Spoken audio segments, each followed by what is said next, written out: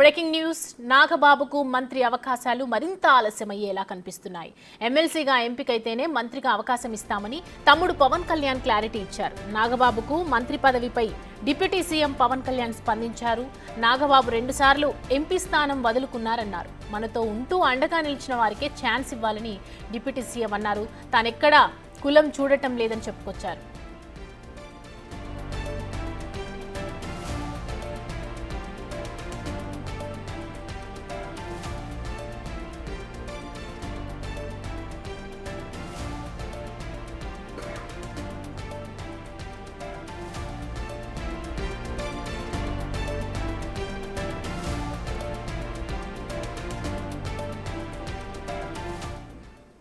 దీనిపై మరింత సమాచారాన్ని మా అసోసియేట్ ఇన్పుట్ ఎడిటర్ గణేష్ లైవ్లో అందిస్తారు.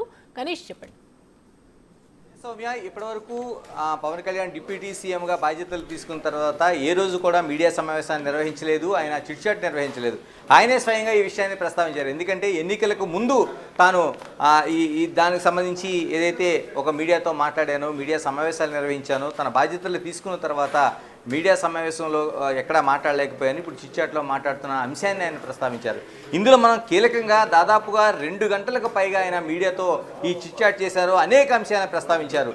అందులోన దాదాపుగా పరిపాలన వ్యవస్థ కావచ్చు, రాజకీయాల పట్ల ఉన్న వ్యవస్థ కావచ్చు, లేకపోతే పుష్పకు సంబంధించిన విషయాలు కావచ్చు, అల్లు అర్జున్ విషయం కావచ్చు, తర్వాత రేవంత్ రెడ్డి పాలన పైన కావచ్చు, ఇలాగ అనేక అంశాలను ప్రస్తావించారు. ఇందులో మనం ఒక ముఖ్యమైన అంశంగా చూడాల్సింది నాగబాబుకి మంత్రిగా పదవి ఇవ్వడం పైన ఈ కూటమి ప్రభుత్వం నిర్ణయం పైన ఆయన ఎట్టకేలకు పెదవిప్పారు. ఆయన దానిపైన వ్యాఖ్యలు చేశారు. ఎందుకంటే నాగబాబుకి మంత్రి పదవి ఇచ్చిన తర్వాత అనేక చోట్ల నుంచి ఒక వ్యతిరేకత వ్యక్తమైంది. అంటే చాలా వరకు సోషల్ మీడియాలో కావచ్చు, మిగతా తెలుగుదేశం కావచ్చు, లేకపోతే వైసీపీ నుంచి అలాగ సహజంగా వచ్చే అంశమే కాబట్టి తర్వాత జనసేన నుంచి కూడా ఒక వ్యక్తమైంది. ఎందుకంటే ఇప్పటికే పవన్ కళ్యాణ్, కందుల దుర్గేష్ ఇద్దరు కాపు సామాజిక వర్గానికి చెందినవారు. ఒకే ఒకరు నాదెండ్ల మనోహర్ మాత్రం వేరే సామాజిక వర్గానికి చెందిన వ్యక్తిగా ఉన్నారు. ఇప్పుడు 3వ వ్యక్తిగా అంటే ఎస్సీకి కానీ బీసీకి కానీ కేటాయించాల్సిన పదవిని నాగబాబుకి మంత్రి పదవి ఇవ్వడంతో 3 కాపులుగానే మనకి దాన్ని రూట్ చేయాల్సిన అవసరం కనిపించింది అనేది ఒక వ్యాఖ్య కనిపించింది. అంటే 3 కాపులతోనే నింపుతారనేది ఒక వ్యాఖ్య, కీలకమైన వ్యాఖ్య చేశారు. తర్వాత తనకి కులం లేదు, మరోవైపు మతం లేదు, తనకి మరోవైపు వారసత్వ రాజకీయాలు కూడా తన దూరమని పవన్ కళ్యాణ్ అనేక సందర్భాల్లో చెప్పిన విషయాన్ని కూడా ఈ సందర్భంగా ప్రస్తావించి ఇప్పుడు నాగబాబు ఎవరు, ఏంటి, తనకి ఎందుకు పదవి కేటాయించారనేది కూడా ఆ రోజున అనేక మంది విమర్శలు చేసిన విషయాన్ని మనం చూసాం. దీనిపైన ఈ రోజున జరిగిన చిట్ చాట్లో పవన్ కళ్యాణ్ ఒక కీలకంగా దానిపైనే చాలా వరకు ఎక్కువ సమయాన్ని కేటాయించారు. ఎందుకు నాగబాబుకి పదవి ఇచ్చారు, ఎందుకు నాగబాబుని ఎలా చూడాల్సిన అవసరం ఉందనేది కూడా ఆయన ప్రస్తావించారు. ఇందులో కీలకంగా ఆయన చెప్పిన దాంట్లో మంత్రి పదవి ఇవ్వడంలో ఆయన తన సోదరుడిగా ఎట్టి పరిస్థితుల్లో ఇవ్వలేదని ఆయన స్పష్టం చేశారు. ఎందుకంటే మరోవైపు కులానికి సంబంధించిన ప్రస్తావన కూడా ఆయన తీసుకొచ్చారు.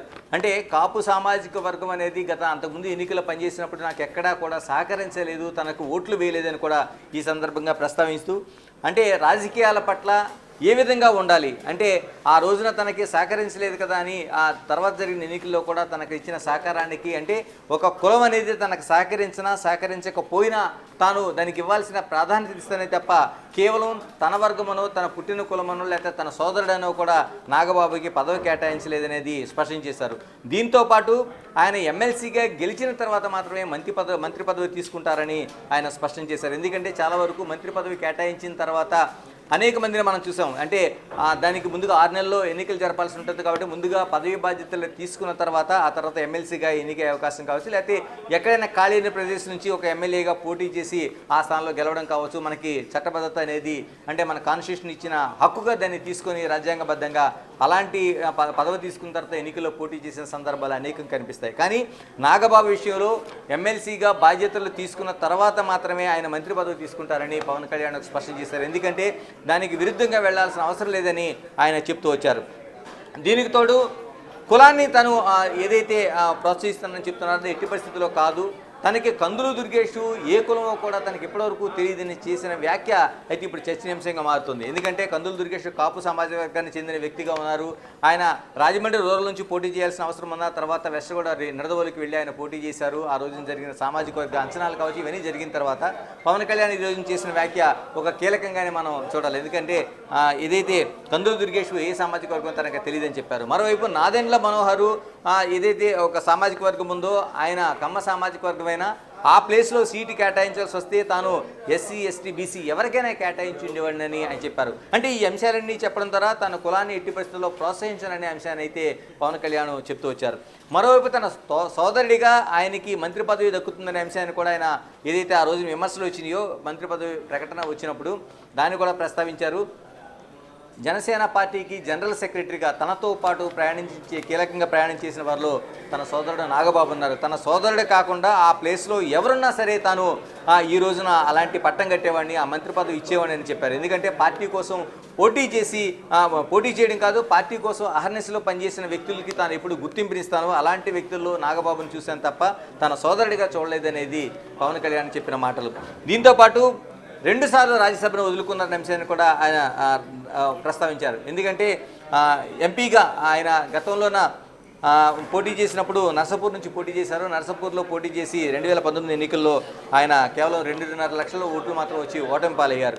ఆ రోజున రఘురామకృష్ణరాజు గెలుపొందారు నర్సాపూర్ నుంచి. ఆయన దాదాపు 4,47,000కి పైగా ఓట్లు ఆ రోజున వచ్చి, తర్వాత టీడీపీ సెకండ్ ప్లేస్లో నిలిచింది 4,15,000 ఓట్లతో. ఆ రోజున ఎంపీ స్థానంలో నర్సాపూర్ నుంచి ఆ పార్టీ సెకండ్ ప్లేస్లో ఉంది. మూడో పార్టీగా అంటే ఆ రోజు తెలుగుదేశంతో కానీ కూటమితో కానీ పొత్తు లేకుండా జనసేనగా పోటీ చేసిన సందర్భంలో నాగబాబు కేవలం 2 లక్షల ఓట్లతో ఆయన 2.5 లక్షల ఓట్లతో అక్కడ సరిపెట్టుకుని ఓటమి పాలయ్యారు. ఈ అంశాలన్నీ చూసిన తర్వాత పార్టీ కోసం అహర్నిశలో పనిచేసిన తనకి ఖచ్చితంగా ఆ ప్రాధాన్యత ఉండాల్సింది. ఆ ప్లేస్లో నాగబాబు తన సోదరుడు కావచ్చు కాకపోవచ్చు, ఆయన కాపుకులం అవ్వచ్చు అవ్వకపోవచ్చు, కానీ అలా కష్టపడి పనిచేసే వారికి మాత్రం ఖచ్చితంగా గుర్తింపు ఉంటుంది. ఇప్పటికీ తాను అదేవిధంగా కట్టుబడి ఉన్న అంశాన్ని ప్రస్తావించారు. దీంతోపాటు బీసీలు ఎస్టీలు ఎస్సీలు వాళ్ళు ప్రధానంగా రెండు అంటే అధికారంలో ఉన్న పార్టీయా లేకపోతే ప్రతిపక్షంలో ఉన్న పార్టీ వైపు మాత్రం ఉన్నారు తప్పించి మూడో పార్టీగా అంటే జనసేన లాంటి పార్టీ ఉంటే వాటి వైపు ప్రయాణించడం లేదనే విషయాన్ని ఆయన స్పష్టంగా చెప్పారు. అంటే గతంలో జరిగిన అనేక ఎన్నికల్లో చూసుకుంటే అధికార పార్టీ అంటే ఆ గెలిచిన పార్టీ కావచ్చు, లేదా ప్రధాన ప్రతిపక్షంగా ఉన్న పార్టీ కావచ్చు, వాటి వెంట మాత్రమే బీసీలు ఎస్సీలు ఎస్టీలు ప్రయాణం చేస్తున్నారు. మిగతా పార్టీగా ఉన్న వాళ్ళని అంత పరిగణలోనికి తీసుకోవడం లేదనే అంశాన్ని అయితే ఆయన దీన్ని ప్రస్తావించి వచ్చారు. అంటే నేను బలమైన పార్టీగా ఎదిగాక ఆ వర్గాల నుంచి మద్దతు కోరడం కష్టం కాబట్టి ఆ ఎదిగిన తర్వాతే కోరుతాను. ఇప్పుడు ఆ బలమైన శక్తిగా మారలేదు కాబట్టి ఆ ప్రాధాన్యత తనకు లేకుండా ఉందనేది ఒక ఎస్సీ ఎస్టీ బీసీల దీనికోసం ఆయన ప్రస్తావించారు. అంటే ఇలాగా టోటల్గా నాగబాబుకు సంబంధించిన ప్రస్తావన అంతా ఆయన తీసుకొచ్చారు. ఆయనకు మంత్రి పదవి ఎందుకు కేటాయించారు, ఇప్పుడు ఏ విధంగా కేటాయింపు జరిగింది, ఆయన ఎప్పుడు పదవి తీసుకుంటారు అనేది అనేక అంశాలను అయితే ఆయన క్రోడీకరించారు. దీంతోపాటు అంటే ఒక కీలకమైన అంశంగా అంటే మనం చూడాల్సింది అల్లు అర్జున్ పైన కీలకమైన వ్యాఖ్యలు ఈరోజు ఆయన చేశారు. ఎందుకంటే చాలా రోజులుగా పుష్ప సంధ్య ఘటన కావచ్చు, తర్వాత తొక్కిసలాట, అరెస్టులు, బెయిల్లు, ఇలాగ అనేక అంశాలు నడిచిన అసెంబ్లీ వరకు చర్చ జరగడం, తర్వాత ఫిల్మ్ డెవలప్మెంట్ కార్పొరేషన్ అనేది ఒక కీలకంగా దీంతో ముఖ్యమంత్రితో సమావేశం ఏర్పాటు చేసిన అనేక ఘటనలు జరిగిన ఈ రోజు వరకు పవన్ కళ్యాణ్ ఎప్పుడు మాట్లాడలేదు. ఆ రోజు అరెస్ట్ అయ్యి జైలుకి వెళ్ళి తర్వాత బయటకు వచ్చిన తర్వాత అల్లు అర్జున్ని చిరంజీవి, నాగబాబు అనేక మంది మిగతా అందరూ కూడా పరామర్శించారు. కానీ పవన్ కళ్యాణ్ మాత్రం ఎక్కడ దానిపైన వ్యాఖ్య చేయడం కావచ్చు, లేకపోతే వాళ్ళని పరామర్శించడం కావచ్చు, ఇలాగా లేకుండా మనకి జరిగింది. కానీ ఇప్పుడు ఈ రోజున ఈ చిట్చాట్లో మాత్రం మీడియాతో మాట్లాడిన చిట్చాట్లో ఆయన కీలకంగా దీన్ని ప్రస్తావించారు. ప్రధానంగా ఆయన గోటితో పోయేదాన్ని గొడ్డల వరకు తీసుకెళ్లారనే వ్యాఖ్య మాత్రం మనం కీలకంగా చూడాల్సిన అవసరం ఉంది. ఎందుకంటే పుష్ప 2 సినిమాకి సంబంధించి పుష్ప 1 కావచ్చు 2 కావచ్చు, ఇందులో ఒక గంధపు చెక్కల స్మగ్లర్గా పుష్పరాజు భుజాన ఒక గొడ్డలు వేసుకుంటూ వెళ్తుంటాడు.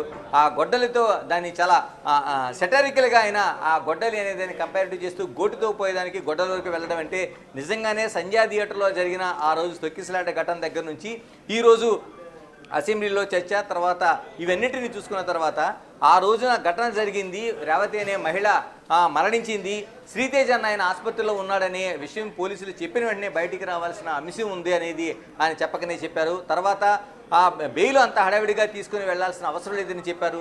తర్వాత మరోవైపు ఏదైతే అసెంబ్లీలో చర్చ జరిగిన తర్వాత హుటాహుటిన వెంటనే ఒక ప్రెస్ కాన్ఫరెన్స్ ఏర్పాటు చేసి తనకు ఏదో అన్యాయం జరిగినట్టు, తన వ్యక్తిగత హననం చేస్తున్నట్టు వాళ్ళంతా, తర్వాత తను తెలుగు ఇండస్ట్రీని ఎక్కడికో తీసుకెళ్లాలని ప్రయత్నం చేస్తున్నట్టు ఇలాంటి వ్యాఖ్యలు చేయకుండా ఉండాల్సిందనేది అందరూ విమర్శించారు. ఆ విమర్శలో భాగంగా పవన్ కళ్యాణ్ కూడా దాన్ని అబ్జర్వ్ చేస్తున్నట్లుగా మనకి దీన్ని చూడాల్సిన అవసరం ఉంది. దాన్ని అందుకనైనా గోటితో పోయేదాన్ని గొడ్డల వరకు తీసుకెళ్లారనే ఒక అంశాన్ని ప్రస్తావించారు. దీంతో పాటు అటవీ శాఖలో స్మగ్లింగ్ పైన ఆయన కీలకంగా చర్చ చేశారు. గతంలోన పెద్దిరెడ్డి అటవీ శాఖ నిర్వహించారు. ఇప్పుడు పుష్ప సినిమా కూడా దాన్ని కంపారిటివ్ చేసుకుంటే ఏదైతే ఒక స్మగ్లింగ్ ఉందో అలాంటి అంశాలను మనం హీరోయిజంగా చూపించకూడదు అనేది పవన్ కళ్యాణ్ గతంలో ప్రస్తావించారు. ఇప్పుడు ఈ చిట్చాట్లో అటవీ శాఖలో జరుగుతున్న ఏదైతే ఒక స్మగ్లింగ్ ఉందో దాన్ని, ఈ స్మగ్లింగ్ని ఎక్కడ ఇంత పెద్ద స్థాయిలో స్మగ్లింగ్ ఎక్కడా లేదనే విషయాన్ని ఆయన ప్రస్తావించారు. మరోవైపు తాను ఎక్కడికి వెళ్ళి ఏం పర్యటించినా, ఏ శాఖలో ఉన్నా ఆ లూప్ హోల్స్ ఏమి ఉన్నాయో, అంటే స్మగ్లింగ్ చేయడానికి కావచ్చు, లేకపోతే అడ్డదారుల తరలింపు కావచ్చు, లేకపోతే అవినీతి కావచ్చు, ఇలాంటి అంశాలని తను ఎక్కువగా పరిశీలిస్తానని చెప్పడంతో పాటు మిగతా విషయాలు, అంటే పిల్లలు లైబ్రరీకి అందుబాటులో ఉంచాల్సిన అవసరం ఉంది, పిల్లలు ఎక్కువగా చదవాలి, పుస్తక పఠనం అనేది వాళ్ళ నాలెడ్జ్ పెంచుతుంది అనేది ఒక అంశాన్ని తీసుకొచ్చారు. అలాగే ఈ రోజున ప్రపంచాన్ని మొత్తం గడగడలాడిస్తుంది అనేక ఏదైతే రుగ్మతలు ఉన్నాయో మనకి చాలా వరకు జరుగుతున్న ఈ అనేక విషయాలని వీటన్నిటికీ సెల్ ఫోన్ అనేది కారణమవుతుంది. కాబట్టి ఈ సెల్ ఫోన్ వినియోగం అనేది ఒక బలహీనతగా మారిపోయింది, దీనికి దూరంగా ఉండాల్సిన అవసరం ఉంది. ఇది ఒక భయంకరమైన అంశంగా ఆయన ప్రస్తావించారు. దీంతోపాటు రానున్న రోజుల్లో పార్టీ పైన పూర్తి స్థాయిలో దృష్టి పెడతామని దీనికి సంబంధించి డిప్యూటీ స్పీకర్ పవన్ కళ్యాణ్ స్పష్టం చేశారు. ఏదేమైనా పవన్ కళ్యాణ్ ఈ రోజున క్లారిటీ ఇచ్చిన అనేక అంశాల్లో నాగబాబుకు సంబంధించిన మంత్రి పదవి కావచ్చు, అది ఏ విధంగా చేస్తారు, కులం ఉందా లేదా, తన సోదరుడా కాదని అనేక అంశాలతో పాటు పుష్పకు సంబంధించిన, అల్లు అర్జున్కి సంబంధించిన విషయాన్ని చెప్పడంతో పాటు రేవంత్ రెడ్డి పరిపాలన, అరెస్టులు అనేక అంశాలపైన ఒక కీలకంగా తను అనుకున్న ఒక స్పష్టమైన అభిప్రాయాన్ని ఆయన చెప్పగలిగారు. Thank you Ganesh.